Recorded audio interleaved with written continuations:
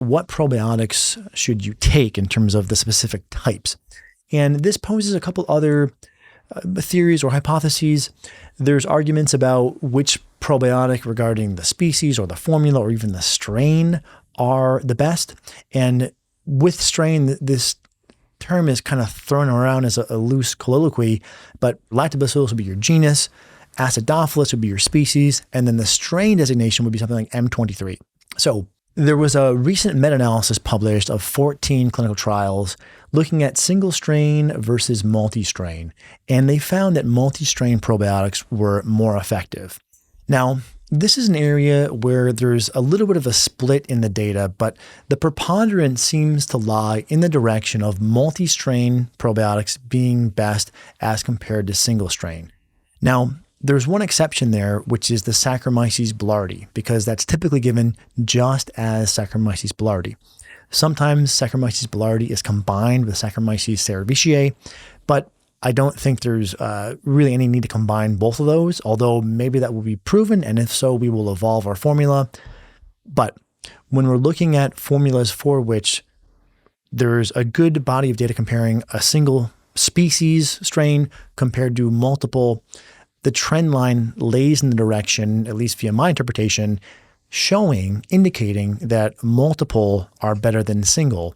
And if you think about this, we know that probiotics, different species, they have subtly different effects in terms of the receptors they'll trigger in the gut, the types of antimicrobial peptides they'll secrete.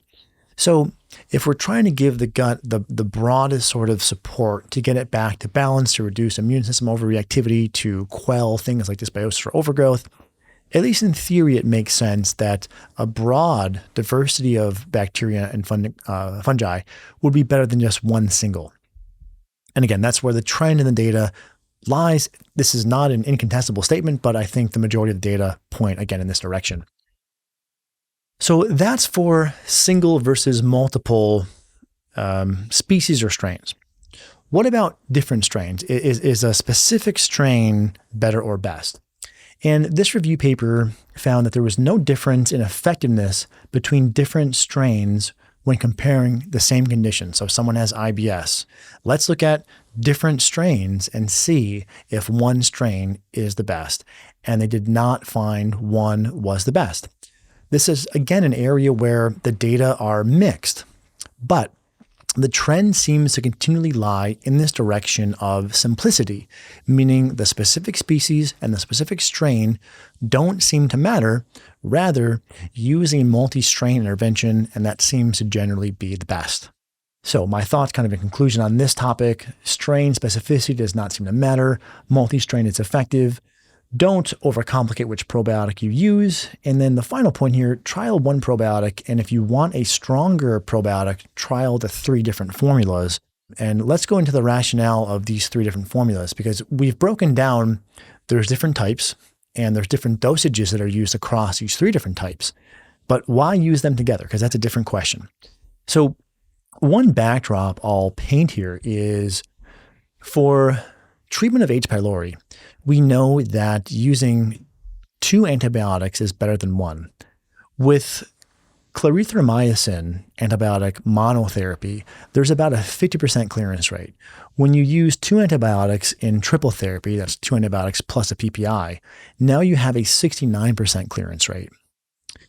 And also in SIBO, albeit this is one smaller observational trial, 2 antibiotics for methane SIBO clearly are better than 1 antibiotic for methane SIBO. And there's other conditions also for which multiple antibiotics or even multiple herbal antimicrobial interventions are better than 1 single formula. And that's really the premise from which we construct our heuristic or our recommendations for, okay, start with 1 formula.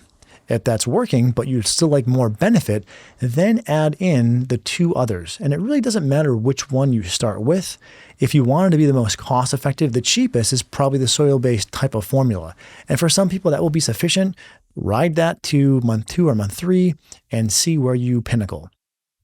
However, if you're looking to have a stronger intervention, my and our clinical observation is that combining the three formulas together seems to be the most conducive to optimal health, well-being, and symptom resolution. Again, that's our speculation, hasn't been demonstrated in the literature just yet, but that's what we're doing in the clinic.